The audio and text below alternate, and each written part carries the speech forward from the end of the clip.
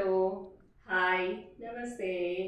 ఈరోజు నేను మా పెద్దలు చెప్పిన మాటలో మనము నిత్యం దీపం పెట్టుకుంటాం కదా. దీపానికి ఏమి ఆయిల్, నూనె ఏం వాడతారు అని అడుగుతూ ఉంటారు నన్ను.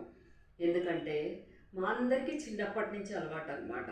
నిత్యం దీపం పెట్టుకోవడం కంపల్సరీ, బ్రష్ బాత్ అయిన తర్వాత దీపం పెట్టుకోవడం. అలాగే నా ఇద్దరు పిల్లలు, మా హస్బెండ్ కూడా కంపల్సరీ బ్రష్ బాత్ అయిన తర్వాత దీపం పెట్టుకుంటేనే కానీ చుక్క నీరు ముట్టుకోరు అనమాట.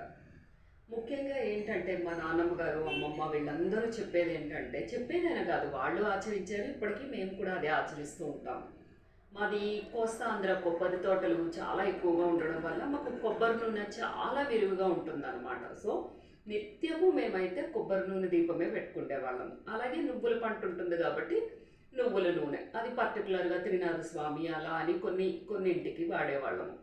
ఏకాదశి, ద్వాదశికి ఆవు నెయ్యి, తప్పనిసరిగా ఆవు నెయ్యి దీపం వెలిగించుకునే వాళ్ళం. బికాస్ ఇంట్లో ఎలాగో పాడు ఉంటుంది కాబట్టి. అలా కాకపోయినా ఇప్పుడైనా కొనుక్కొని వాడుకుంటున్నాము చక్కగా ఆవు నెయ్యి.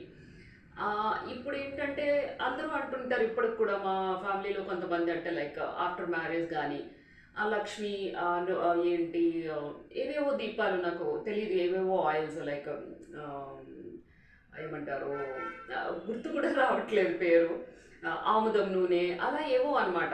నాకేదో అదొక్కటి ఐడియా ఉంది కాబట్టి. ఎందుకంటే ఆముదం నూనె అయినా మా పక్కనే ఒక అక్క ఉండేవాళ్ళు, కంపల్సరీ ఆయన ఆవిడ వంట ఆముదం తయారు చేసేవాళ్ళు. అయితే ఆముదం నూనె, ఆ నూనె, ఈ నూనె అని చెప్తే నేను ఒక్కటే చెప్పాను. ఇప్పటికీ కూడా నేను కేవలం నేననే కాదు, మా ఫ్యామిలీ మెంబర్స్ అందరినీ మా పెద్దవాళ్ళు చెప్పింది మాత్రమే ఫాలో అవుతూ ఉంటాం ఎప్పుడు. ఇప్పుడు కొత్తగా టీవీల్లో చెప్పినవి కానీ ఎప్పుడు ఏమీ ఫాలో అవ్వము. అలాగే మీరు కూడా కొత్త కొత్త పద్ధతులకు పరుగులు పెట్టకండి, సరేనా?